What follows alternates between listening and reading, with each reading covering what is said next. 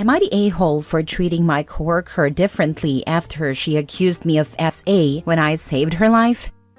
I'm a quiet guy and genuinely friendly. I treat all my coworkers as friends. About 2 months ago, during a work lunch, one of my coworkers started choking, so I did a Heimlich maneuver to help her. After she was in the clear, the others cheered. I asked if she was alright, and she just nodded and headed to the bathroom without a word, so I didn't think much about it. Until 2 days later, when I got called into HR for my inappropriate behavior. I was confused and asked for more details. That's when they told me that my coworker had filed a complaint stating that she felt my touches while I was helping her were inappropriate, that my body was too close, and that she felt my private touching her. I gave my statement and they put me on ice. I was still working, but with the potential to be removed, while they investigated further. After a week, I was in the clear.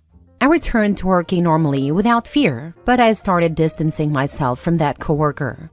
She tried to apologize, which I accepted, and she tried to explain that she has trauma and should have told me. But I still took precautions and only treated her as just a colleague. I no longer talk to her unless needed, always keep my distance. I no longer invite her out unless there are others present. She could feel my hesitation toward her, and how I no longer treat her the same as others. She tried to say that I'm being ridiculous and petty, but I told her that I'm just looking after myself. So, am I the a-hole? Now for the top comments. So she falsely accused you of SA when you saved her life in front of a crowd using a widely known medical technique? I would hope your company is looking for a way to let her go, because this lunatic is a massive liability to have around. Not only that, next time she chokes, everyone will be too afraid to help her. That would be a play stupid games, win stupid prizes moment. You have to avoid her now. That's the answer. You weren't fired this time, but she has the power to get you fired, and you do not sacrifice yourself in this situation. That will not solve anything and will only cause you harm.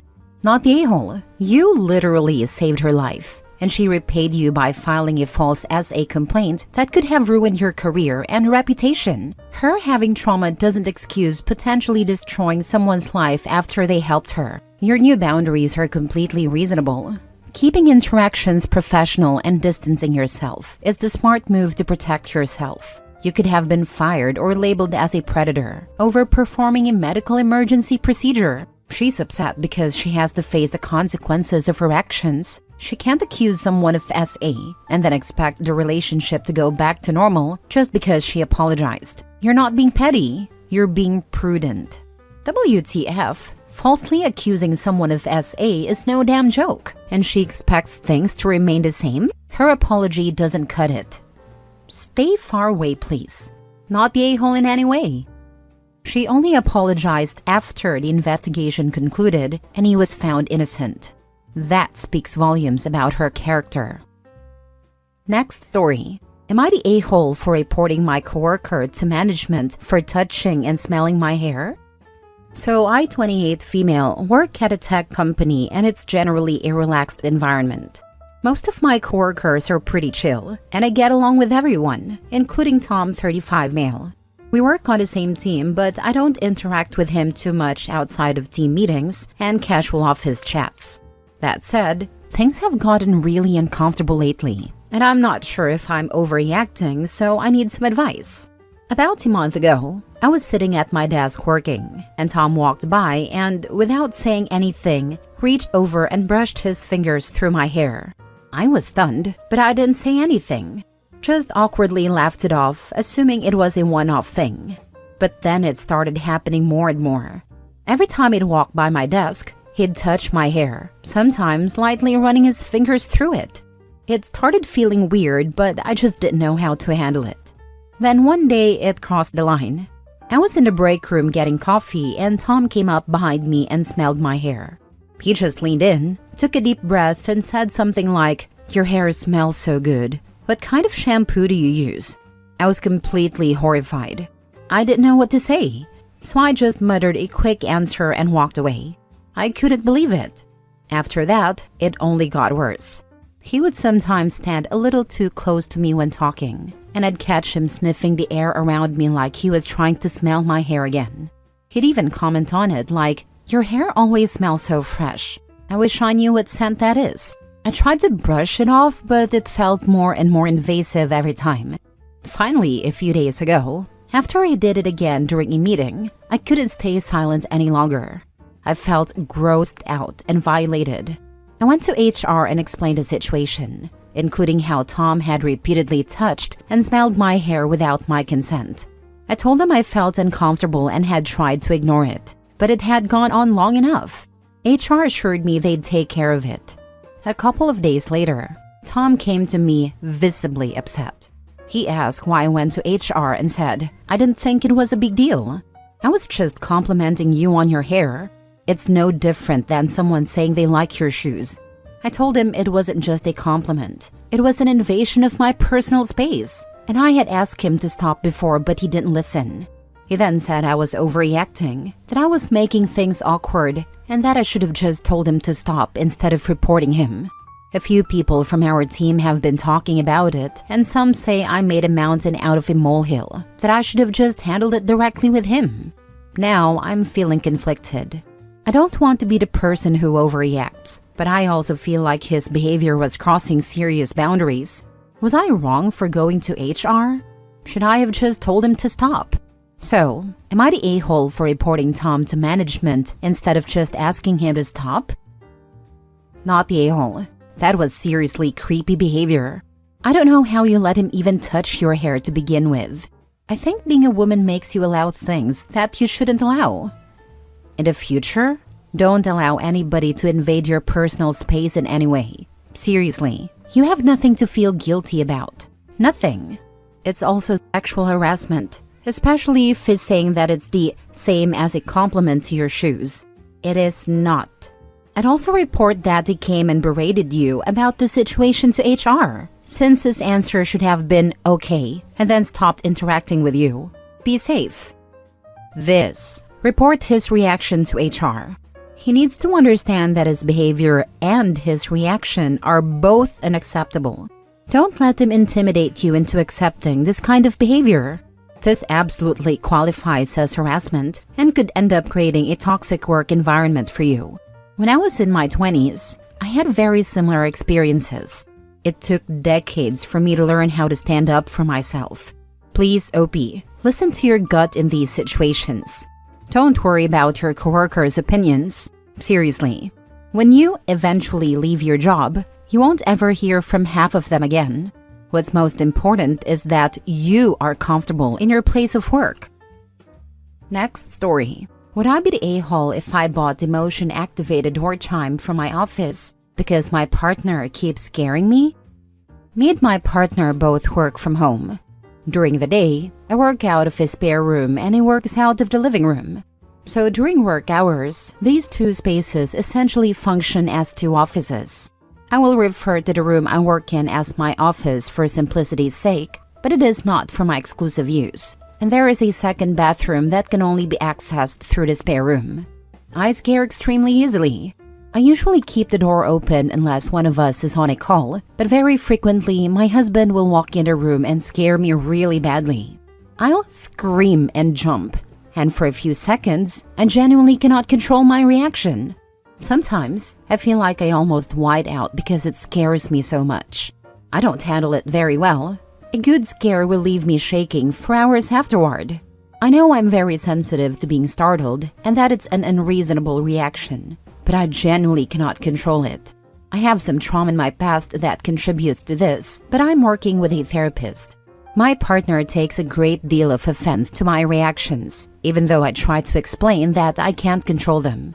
Sometimes when he startles me like that, I'll say something like, "Why did you do that?" Or, "Why do you keep doing that?" as a reflex, and that hurts his feelings. I always apologize and try to assure him it's not personal. It's just what comes out of my mouth when I'm scared. But I can tell it really bothers him.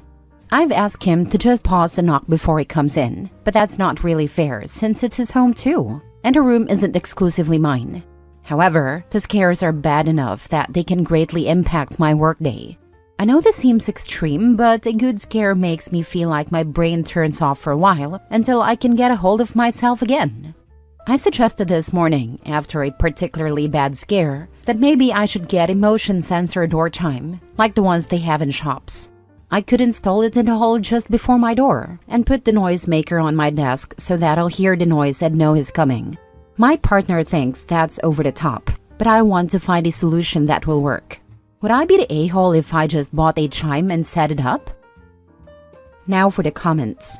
Not the a-hole, but why is he coming through your office so frequently? If it's for the bathroom, why can't he use the other bathroom? Get a sensor. There's no good reason not to have one.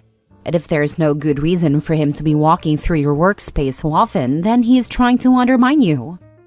Usually it's to come chat with me, but it can also be to grab something since the room has storage in it. He used to come through to use the bathroom when he had to go number 2, but I put my foot down on that because it felt so awkward for me to try to work just 6 feet from where he was using the bathroom. Also, the smell would linger for ages. So now he uses the other bathroom pretty much exclusively. He's doing this to you on purpose.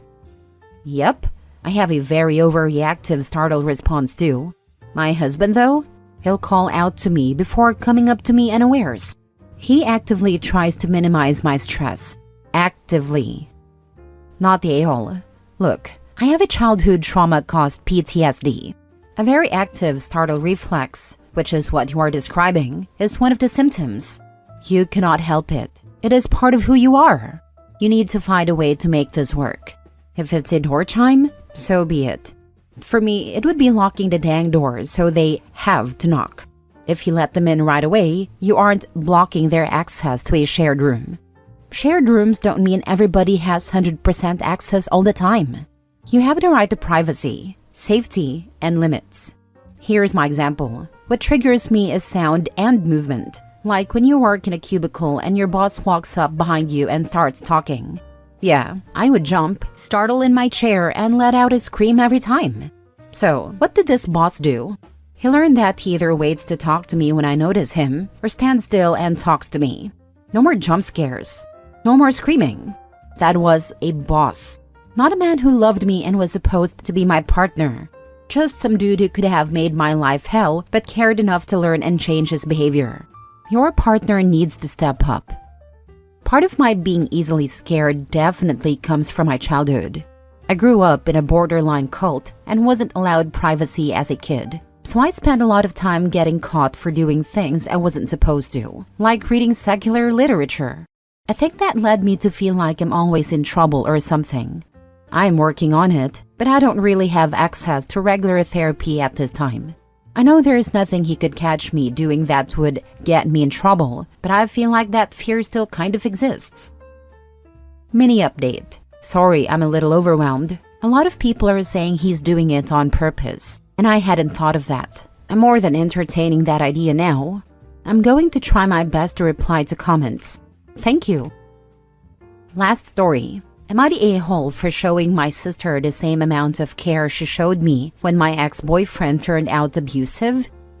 My older sister Anna has always been opinionated and judgmental.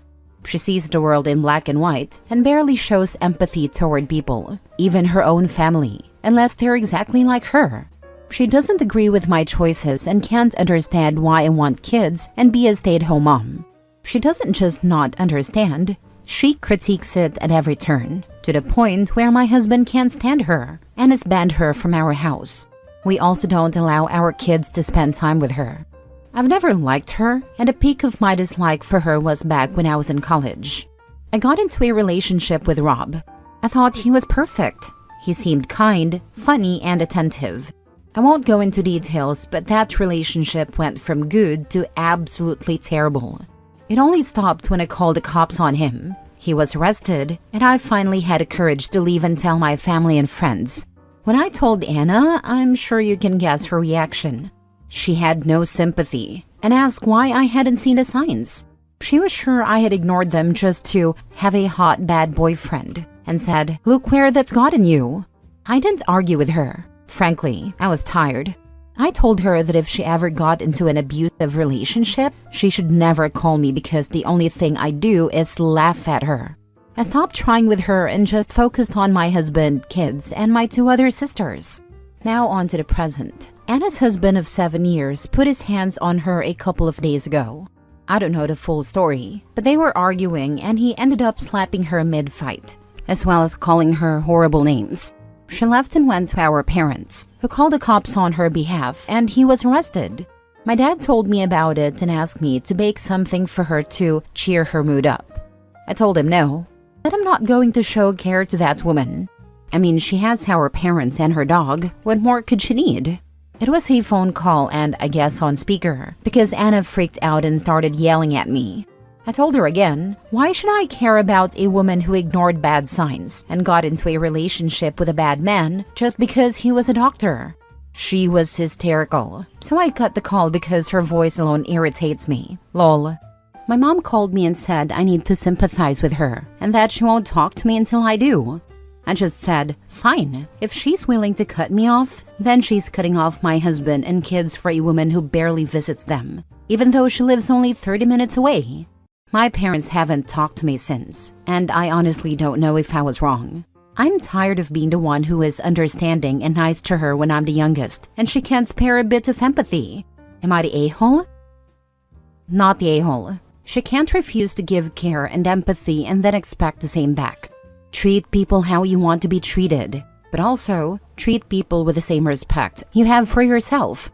She didn't have either of those, so if your parents want to deal with it, let them. Focus all your energy on your family. At least you didn't marry your abuser. Tell mom, I'm treating sis the same way you treated me when my ex abused me. She set the standard. I'm just playing by her rules. Not the a-hole. Not the a-hole. I would rather talk to your parents and tell them what your sister did and said when you were abused. You are only following her example of treating her the same way. This way, they are aware of how rotten she was to you. Not the a-hole with a caveat. Do your parents know the extent to which your sister has alienated you? Or are they putting this down to sibling rivalry? Excellent point. It's important that the parents understand why you are behaving the way you are, OP. You do need to talk to them about it outside of when your sister is on the phone. I hate when people have someone on a call and don't tell you. It's highly inconsiderate and downright rude. Anyhow, be sure they understand how she treated you when you were in that situation. They will probably think you need to be more understanding since you have been through it. Tell them it's the opposite. You needed support then and she belittled you. Because of that, you cannot support her now. It was hurtful and you are still angry. Parents tend to leap to support the child that's having emotional stress. It's pretty natural. They just need to understand why you can't. If they push it, just go low or no contact for a little while until things die down. Then you can have a talk with them about what happened and why you had to stand on your ground. You probably sounded pretty cold and heartless to them in this situation. Once it calms down and they are able to look at the bigger picture, they may be better able to understand where you are coming from.